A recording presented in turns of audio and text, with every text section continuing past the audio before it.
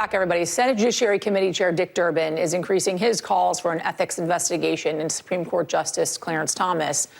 This is coming after ProPublica reported that Justice Clarence Thomas not only accepted lavish gifts and vacations from billionaire Republican donor Harlan Crow, but also sold property to him, including a home still occupied by Thomas's mother, who is now paying $0 in rent. Want to bring in Senator Alex Padilla to talk more about this and much, much more. Senator, as always, it's great to talk to you. Thanks for taking the time to speak with us on this Sunday afternoon. Before we get into this, I just want to get your thoughts on what's taking place in Sudan right now with the evacuation of American personnel, all those 16,000 non-governmental employees left behind amidst what could be eventually a civil war there.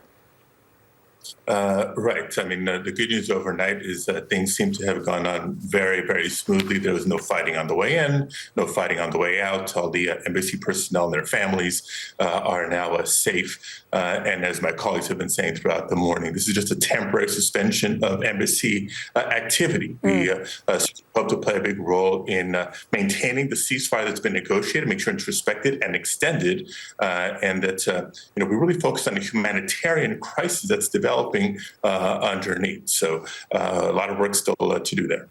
All right, let's transition to the Supreme Court and talk about possible ethics violations by Supreme Court Justice Clarence Thomas. Before we get into this, I want to play for you, sir, some sound of your colleague, Senator Dick Durbin, on Meet the Press earlier today, and then we'll talk. If this were a member of Congress and it happened that some Texas billionaire came in and said, I'm going to buy your mom's house and the house is nearby and own this so she doesn't have to pay rent or a mortgage payment, you'd say to yourself, well, that's obvious. That's the sort of thing that needs to be disclosed. That's a clear indication of a conflict of interest. Is there a question that should be raised? So, yes, there's no question in my mind that the Supreme Court has exempted itself from standards that apply to the executive and legislative branch and even to other judges. Give me your thoughts on this, if you will, Senator, and what you really want to learn when it comes to possible ethics violations by Supreme Court Justice Thomas. Sure. Look, what's been reported, and there's been multiple reports, is absolutely unconscionable. The highest court in the land should not be subject to the lowest ethical standards. But that's the type of behavior we are hearing about through these reports. So inquiries, investigations are absolutely in order.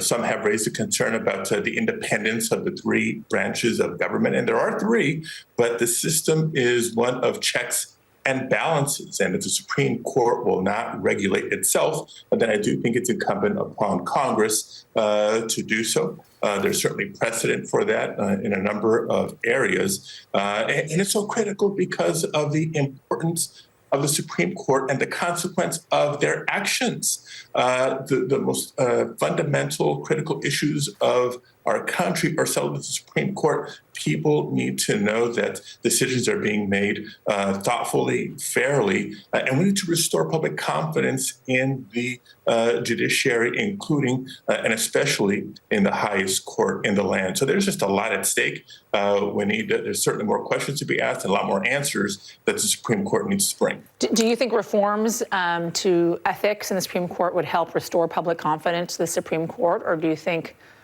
we're too far gone?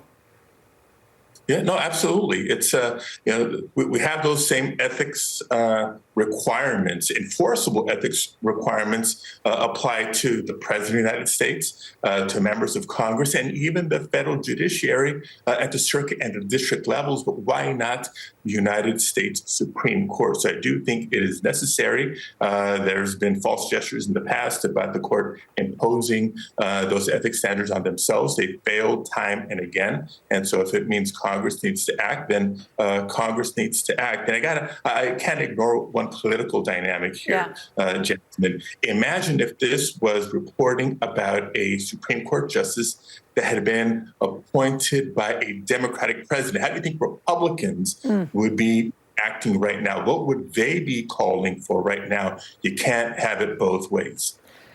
There's a difference between what you want and what's actually going to happen. We know Senator Durbin is also calling for Justice Roberts to appear before the Ethics Committee when it comes to potential reforms, right, to Supreme Court and ethics. What is the possibility you think this is actually going to happen? And what reforms do you want to see?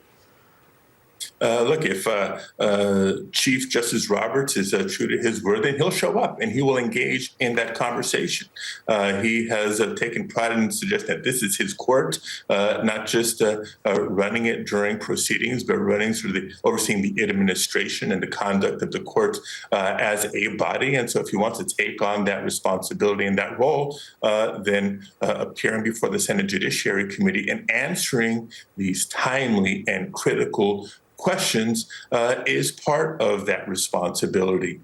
We have introduced legislation that lays out what we want to see, and not just higher ethical standards, but a process for investigation when there's alleged violations of a code of ethics, stronger transparency and disclosure rules when it comes to finances. And again, not just the report, but the most recent of reports of Justice Thomas's conduct is Exhibit A as to why we need it.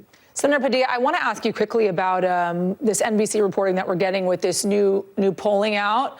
There's a lot on Republicans, but I want to ask you specifically about the polling we're seeing with President Biden. 70% of all Americans, including 51% of Democrats, believing the president should not run for a second term. Half of those citing the president's age as a quote unquote major reason why he shouldn't run. What do you make of this? Yeah, it's 2024 is upon us, and there's going to be a lot of prognosticating for the many, many months ahead. Here's what I know. President Biden was elected in 2020 with the most votes of any candidate for president in the history of our country.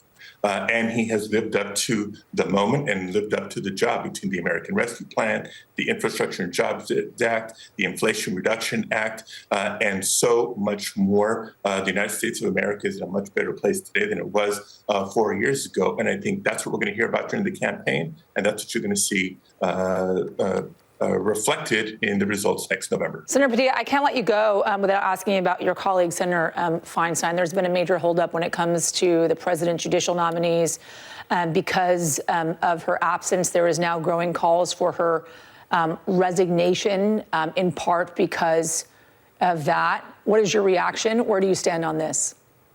Yeah, I think first and foremost, we got to continue to wish her a complete recovery.